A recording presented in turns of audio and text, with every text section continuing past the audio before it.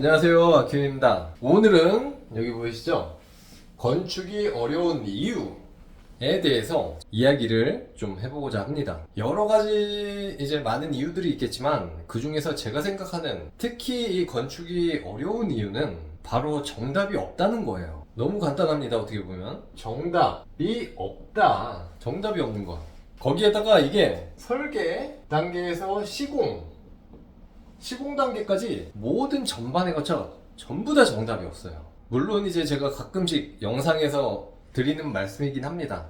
정답이 없다. 먼저 이 설계 단계에서부터 한번 볼게요. 어떤 한 대지에다가 건축사가 설계를 하는데 이때 이 대지의 뭐 형태 그리고 면적 그러니까 크기죠. 거기에다 이런 주변 환경들 이런 조건들이 모두가 달라요. 우리나라에 얼마나 많은 필지들이 있겠습니까? 무수히 많은 필지들이 있는데 전부 다 다르다는 얘기입니다. 물론 이제 지자체별로 또는 이제 지역 지구별로 해가지고 이렇게 크게 묶어놓긴 해요. 그렇지만 이제 그 땅의 디테일한 이런 요소들은 전부 다 다르게 시작을 한다는 얘기죠. 그리고 또 요 하나의 대지를 놓고 여기다 설계를 한다고 하더라도 이 건축사들이 설계를 하게 될 텐데 이 건축사분들 그 한 명 한 명 그 수많은 건축사들마다 다 설계안이 다를 거예요. 그 설계에 대한 그 접근 방식이나 해석하는 것들이 사람마다 다 다를 수밖에 없죠. 프로세스 자체가 달라서 100명의 건축사가 설계를 하면 100이면 100 다 다른 설계안이 나올 수밖에 없다는 겁니다. 그뿐만이 아니죠. 거기에 대한 이 건축주 성향에 따라 그 받아들이는 방식하고 그에 대한 이제 판단, 결정 이런 것들이 또 다 다를 수밖에 없겠죠. 난 요걸 원해. 저 사람은 저걸 원해. 누구는 이런 거에 중점을 둬. 그렇죠? 사실 그래서 이 건축사와 건축주가 좀 잘 코드가 맞아야 돼요. 이런 부분은. 자, 그리고 이제 설계를 한다고 쳐요. 이제 설계를 하는 중에도 뭐가 있습니까? 여러 가지 지켜야 될 것들이 있잖아요. 그 중에 이제 법규가 가장 우선이 돼야 되지 않겠습니까? 이 법에 안 맞는 설계는 실제로 구현이 될 수가 없는 거죠. 그렇기 때문에 이 법을 지켜서 설계를 해야 되는데 문제는 뭐냐? 법이 있는데 이 법 자체가 사실 이렇게 큰 틀만 정해놓은 거기 때문에 여기에서도 또 건축사들, 이 설계하는 사람들마다 해석이 다 다른 경우가 있어요. 아니 이게 법에서 정해놨으면 법대로 그냥 설계하면 되는 거 아니야. 이렇게 물론 생각하실 수도 있지만 진짜 그 기준은 완전 세부 사항까지 이렇게 정해놓을 수가 없겠죠. 그렇지 않겠습니까?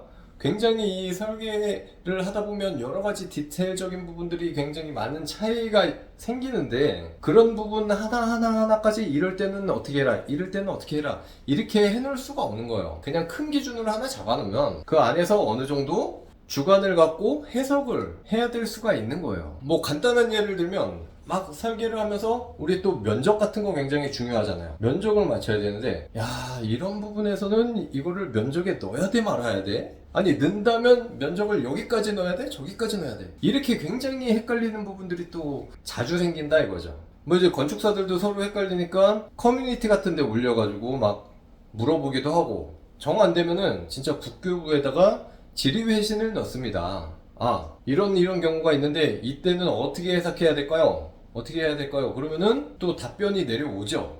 그럼 그 답변에 맞춰서 하게 돼 있고 이미 또 수많은 질의회신이 나왔기 때문에 그것들을 이제 먼저 검색해 보기도 하죠. 그러면 미리 나와 있는 것도 있고 왜냐면 나하고 똑같은 궁금증을 누군가는 또 가졌을 수도 있거든요. 거기에다가 또 열심히 설계를 해서 인허가를 집어넣었어요. 집어넣는데 이제 또 지자체마다 그 건축가 담당 공무원마다 또 해석이 다른 경우가 있습니다. 아, 저 구에서는 이렇게 해서 넘어갔는데 왜 그러시냐 그러면 아, 그건 그쪽 얘기고 우리는 이렇게 해석할 수밖에 없다 라고 또 하기도 합니다. 그러면 또 맞춰가는 거죠. 벌써 이 설계 단계에서부터도 이런 어려움이 있고요. 뭐 이 시공 쪽도 크게 다르지 않습니다. 아니 도면이 있잖아. 건축 도면이 있으면 이 도면대로 시공하면 되는 거 아니야? 이렇게 말씀하실 수도 있죠. 근데 이 같은 도면이라도 이 도면을 파악하고 구현해내는 이 시공사의 능력에 따라서 그리고 또 스타일에 따라서 이 결과물에는 굉장히 큰 차이가 나올 수가 있습니다. 특히나 이 현장을 관리하는 현장 소장의 능력 또한 무시할 수가 없죠. 굉장히 크죠. 거기에다가 또 보면은 수많은 공정들이 있잖아요. 공정. 이 공정들마다 이거를 또 맡게 되는 팀마다 다 스타일이 달라요. 그리고 그 팀에 속해 있는 인부 이 한 분 한 분들 이 한 명 한 명의 스타일도 다 달라요. 난 이렇게 한다. 에이 그쪽에서 그렇게 하는 거 잘못됐다. 이렇게 해야 하자가 없다. 진짜 이런 한 분 한 분들과 이 소통을 하면서 이 현장 소장님의 능력이 그럴 때 이제 나오는 것 같아요. 그래야지 이제 정말 고퀄의 결과물을 만들 수 있습니다. 그게 이제 이 시공사나 현장 소장의 능력이다. 자, 그래서 뭐 여기까지면 좋겠는데 또 공사를 하다 보면 뭐가 생깁니까? 항상 이제 돌발 상황들이 생겨요. 예측을 할 수 없다 이거죠. 이런 것들은 뭐가 있을까요? 얘네들도 많겠지만 대표적으로 뭐 민원이 있겠죠. 민원. 이거는 이제 도대체 그 현장 주변에 뭐 어떤 사람들이 살지를 뭐 내가 알겠습니까? 그냥 가가지고 최선을 다해서 공사하는 건데 그 공사로 인한 불편함이 아무래도 생길 수밖에 없어요. 이거는 제가 볼 땐 그렇습니다. 그 불편함이 생기는 것을 주변에다가 좀 그에 대한 적당한 뭐 당연히 보상도 해주고 해야겠지만 어쨌든 간에 그 민원을 제기하는 그 사람들의 그 뭐라 그럴까요? 그 정도 차이는 이거는 예상을 할 수가 없어요. 그냥 간단하게 해서 이렇게 좀 어느 정도의 살짝의 보상으로 편하게 갈 수도 있는 반면에 어떤 분들은 진짜 이 공사가 끝나고까지 물고 늘어지는 데가 있어요. 예전에 제가 맡았던 현장이 그랬습니다. 막 옆에다 현수막까지 빨간 글씨로 막 이렇게 걸어놓고 해가지고 준공 난 다음에도 이 건물 제대로 사용할 수가 없게끔 그렇게 하시는 분들까지 봤어요. 이거 진짜 뭐 어떻게 할 수가 없죠. 거기에다가 또 뭐가 있을까요? 또 중요한 날씨가 있습니다. 날씨. 이거는 진짜 또 우리가 어떻게 할 수가 없는 부분이에요.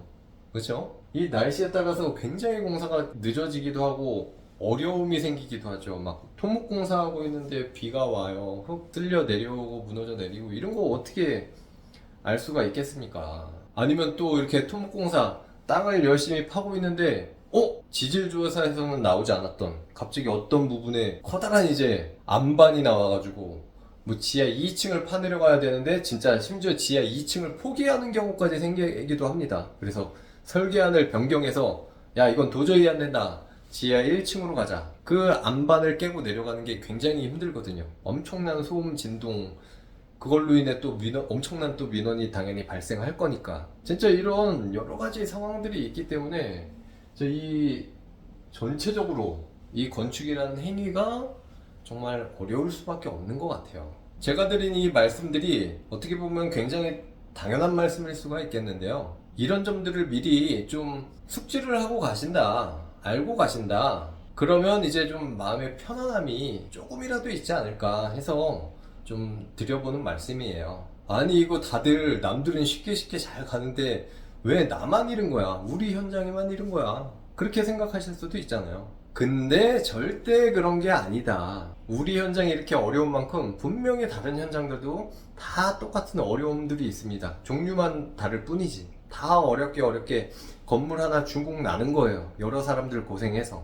이렇게 생각하시면은 좀 마음의 위안을 얻으실 수 있지 않을까 싶어요. 그리고 또 특히나 또 더 이른 것 같은 게 전반적으로 부정적인 분위기가 형성이 돼서 그런 것 같아요.